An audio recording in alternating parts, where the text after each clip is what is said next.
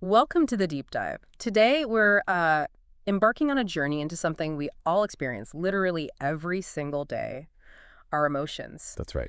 We've pulled together some, well, fascinating insights for you. We've got material looking at the huge variety of feelings we have, how our cultures shape what we feel, and, how we show it. And even that big question about what makes for a fulfilling life. Mm. Is it just about happiness or something deeper? Exactly. So our mission really is to unpack all this and give you a clear, kind of insightful look at this fundamental part of being human, quickly, but thoroughly. Yeah. And look, if you've ever wondered, why you feel totally different from one minute to the next, or maybe why someone from a different background reacts so differently to the same thing, well, this is definitely for you. We're going to explore this idea that emotions aren't just like simple reactions. They're actually really complex states. They involve our thoughts, our bodies, how we behave, the whole package. Okay, so let's kick things off by looking at just how many different emotions we can actually feel. It's easy to think, happy, sad, angry. The usual suspects. Right.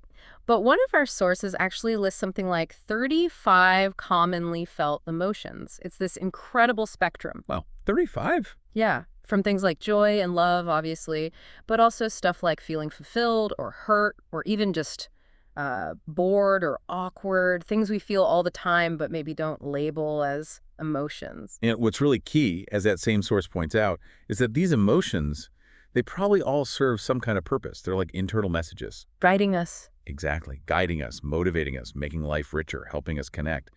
Think about it. Anger might push you to protect yourself. Or love makes you want to care for someone. Precisely. And if you look at it from an evolutionary angle, like some of our other sources do, these responses aren't just random. They've actually helped us survive. Like fear alerting our ancestors to danger, that kind of thing. Yeah, exactly that. Feeling fear, running away from the tiger, you survive. Yeah. It's adaptive. Makes sense. And this connects to some foundational work, like Ekman's research. He initially identified 6 basic emotions: fear, disgust, anger, surprise, joy, sadness. The ones most people could probably name. Right. And he argued these were basically universal, recognized across cultures, suggests a shared emotional language at some level. He did expand the list later on, though. And then there's Plutchik's wheel of emotions. I found that model really interesting. Oh, yeah, the wheel. It's a great visual, like a color wheel, but for feelings. It shows how emotions can combine. So like joy plus trust might blend into love. Something like that, yeah. It shows the relationships and intensities. And another useful distinction that comes up is primary versus secondary emotions. Okay, what's the difference there? Well, the primary ones are those basic, almost instinctive reactions, like Ekman's initial 6, maybe surprise or fear. Secondary emotions kind of arise from those, maybe involving more thought, like feeling ashamed because you got angry. Ah, okay. That clarifies things. And one thing that often trips people up, myself included, is the difference between emotions, feelings, and moods. We use them interchangeably, don't we? We absolutely do. Yeah. But it helps to break it down. Think of emotions as those quick, intense reactions to something specific, a trigger. Like the surprise party. Right. The feeling is then your subjective experience of that surprise, how it registers internally. Yeah. And the mood. Well, that's more like the background emotional weather, longer lasting, less intense, maybe not tied to one specific thing. So the surprise emotion leads to a feeling of joy, which might put me in a generally happy mood for the rest of the day. You got it. That's a good way to think about it. Okay, so we've got this picture of a really rich, complex inner world, some basic building blocks, maybe some universal stuff. But here's where it gets fascinating for me. How much does our culture actually shape all this? Ah, yes. The culture piece. This is huge. It brings us right into this classic debate. Are emotions universal, hardwired, or are they more socially constructed, learned from our environment? So nature versus nurture, basically, but for feelings. Kind of, yeah. Early on, the universalists pointed to shared biology. We all have the same basic facial muscles, the same nervous system responses, roughly. But the social constructivists looked around and saw massive differences in how emotions are expressed, understood, even named across cultures. And Ekman's work on facial expressions across cultures was pretty pivotal here, wasn't it? Trying to see if people recognize the same faces. It really was. He found that people, even from isolated cultures, could recognize expressions like happiness, sadness, anger, fear at levels better than chance, which did seem to support a universal element. But I sense a but coming. Hey, yes, there's always a but in research. While there was recognition, the accuracy varied quite a bit between cultures, and this is where the idea of display rules comes in. The unwritten rules about when and how to show emotion. Exactly. Every culture has them. When is it okay to cry in public? How big should your smile be? Who can you show anger towards? A smile might mean happiness generally, but its appropriateness, its intensity, its specific meaning can vary hugely. I read something fascinating about how different cultures even look at faces differently when reading emotion. Like Americans focusing more on the mouth and Japanese people more on the eyes. Yes, that's a key finding. It suggests that culture influences not just expression, but perception too. What cues do we prioritize? And this ties into those broader cultural values, right? Like individualism versus collectivism. Absolutely. Think about it. In more individualistic contexts, like maybe North America, the focus is often on the self, personal achievement, independence, expressing your unique feelings. This fosters what researchers call an independent self. Your identity is separate, Oh, distinct. right. Whereas in more collectivistic contexts, perhaps more common in East Asia, the emphasis is on the group, harmony, interdependence. Your identity is much more tied up with your relationships and social roles, and interdependent self. So how does that connect back to expressing emotion? Well, if you have an independent self, expressing your personal feelings, maybe even trying to influence others with them, can be seen as authentic and important. Stand up for yourself, say what you feel. Yeah. But if you have an interdependent self, maintaining group harmony is often paramount. So, controlling or suppressing your personal emotions, especially negative ones that might disrupt the group, could be valued more. Adjusting yourself to fit in. So the underlying feeling might be similar, but what we show on the outside differs. That's what a lot of the research suggests. Physiological responses, heart rate, sweating might be quite similar across cultures for a given emotion. But the facial expressions, they can diverge quite a bit following those display rules and self-models. Does suppressing emotions have different effects then, depending on the culture? It seems so. In individualistic cultures where expression is often encouraged, constantly suppressing your feelings is often linked to negative outcomes. More stress, maybe lower well-being. Because you're going against the cultural grain. Possibly. Whereas in collectivistic cultures, where regulating emotions for the sake of the group is more normalized, even expected, the negative impact on personal well-being might be less significant. It's just part of navigating social life appropriately. Okay. What about experiencing mixed emotions, like feeling happy and sad at the same time? That's another interesting cultural difference highlighted in the research. It seems to be more common in East Asian contexts, possibly linked to what's called dialectical thinking, an acceptance that contradictions can coexist, that life isn't always just good or bad. There's a value placed on balance. So at a graduation, someone might feel proud, but also sad about leaving friends and acknowledge both equally. Exactly. Whereas someone from a more Western background might tend to focus more on maximizing the positive feeling, downplaying the negative. It's a different emphasis. And this idea of ideal effect, too, the emotional states a culture values most. Right. So research suggests North Americans often value high arousal positive states. Think excitement, enthusiasm, elation. Ooh. Party. Yeah, sort of. Whereas East Asian cultures often tend to value low arousal positive states more.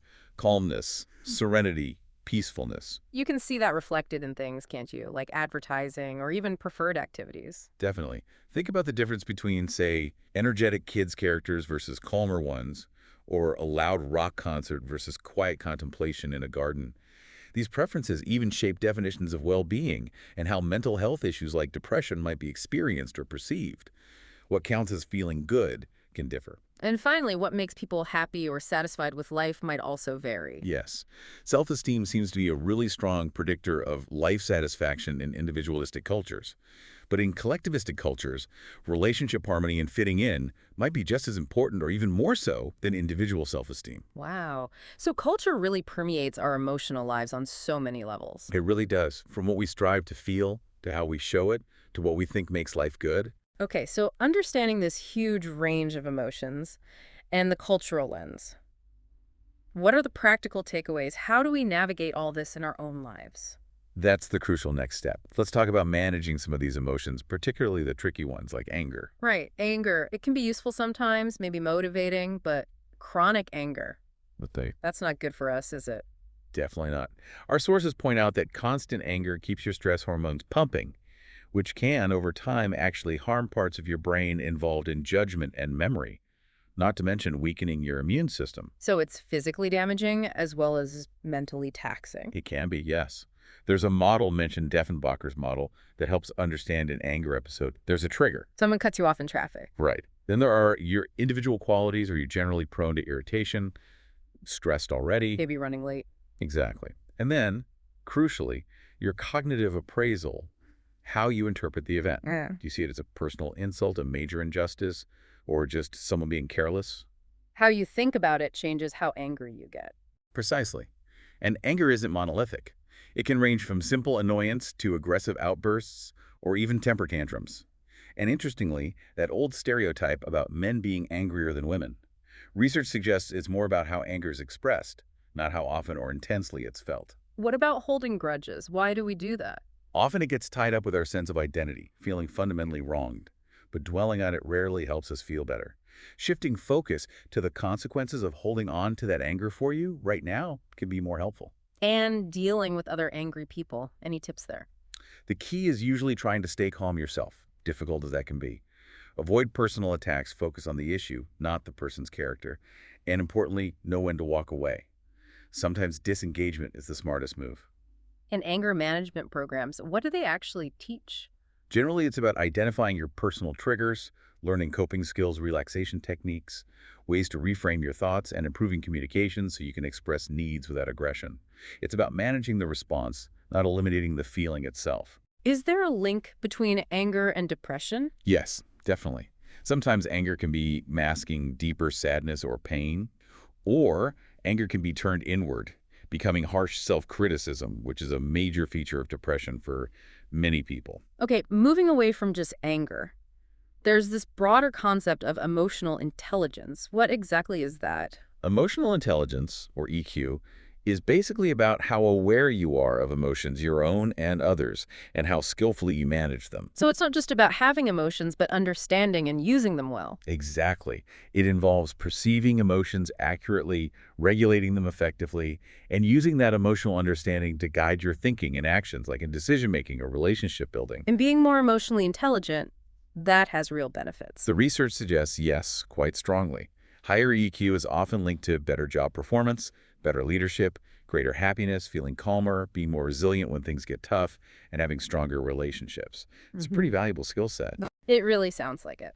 Which leads us nicely into our final section, thinking about the bigger picture. Happiness versus meaning. Right. What are we actually aiming for in life? Just feeling good moment to moment, or something else? There's research, like Baumeister's work mentioned in one source, that tries to tease apart happiness and meaning. And they've found some interesting differences. Yeah, like happiness seems more tied to getting what you want and need right now. Satisfying desires. Meaning. Less so. Meaning isn't just about need satisfaction. Apparently not as directly. Also, happiness seems very focused on the present. Feeling good now. Meaning, though, tends to link past, present, and future. It creates a narrative, a sense of purpose across time. That makes sense. Like working towards a long-term goal might not make you happy every single minute, but it feels meaningful. Precisely. And another fascinating finding. Giving seems more strongly linked to meaning, while taking or receiving is more linked to happiness, at least when they statistically separate the two. That's counterintuitive. We often think helping others makes us happy. It often does. But the core driver, according to this research, might be the sense of meaning derived from contributing, rather than just the pleasant feeling itself. They also found meaningful lives often involve stress and challenges. Things that definitely don't always make you happy in the moment. Right. And self-expression, being true to your values, seems crucial for meaning, but not necessarily for happiness, defined as simple positive feeling. It's also important to remember happiness itself isn't just one thing, right? Good point. It can mean those fleeting good feelings or a deeper sense of life satisfaction or overall subjective well-being. Different studies sometimes measure different things, which can explain different results, like with parenting often high on meaning, sometimes lower on day-to-day happiness. And there's that distinction between eudaimonic and hedonic happiness. Yes, eudaimonic is that meaning-based well-being, purpose, growth. Hedonic is more about pleasure, enjoyment, comfort. And some research even suggests they might have different biological effects. Eudaimonic well-being has been linked, in some studies, to healthier immune responses. Wow, but is it really that separate in real life? Meaning and happiness? That's the counterargument. Many argue that in our actual lived experience, they're deeply intertwined. Meaningful activities often bring joy. Strong relationships contribute to both meaning and happiness. Trying to pull them completely apart might be more of a research construct than a daily reality for many. So what's the bottom line? Should we chase happiness or meaning? Well, the suggestion from the Greater Good Science Center article leans towards pursuing meaning through relationships, purpose, contributing to something bigger than yourself.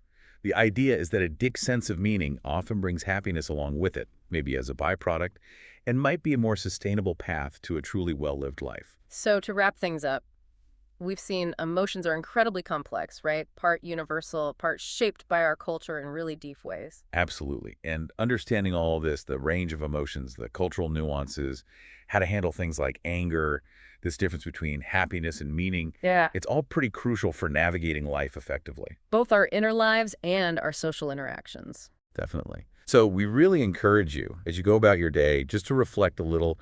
Think about your own feelings, maybe how your background shapes them, and what truly gives you that sense of meaning. And here's a final thought to leave you with. In this world that's getting smaller and more connected all the time, how could understanding these cultural differences in emotion help us build more empathy, communicate better across divides? Yeah, and maybe just take one common emotion. You feel annoyance, maybe, or excitement, and ask yourself, what's the underlying message here? What is this feeling trying to tell me about what I need or value right now? Just becoming a little more aware.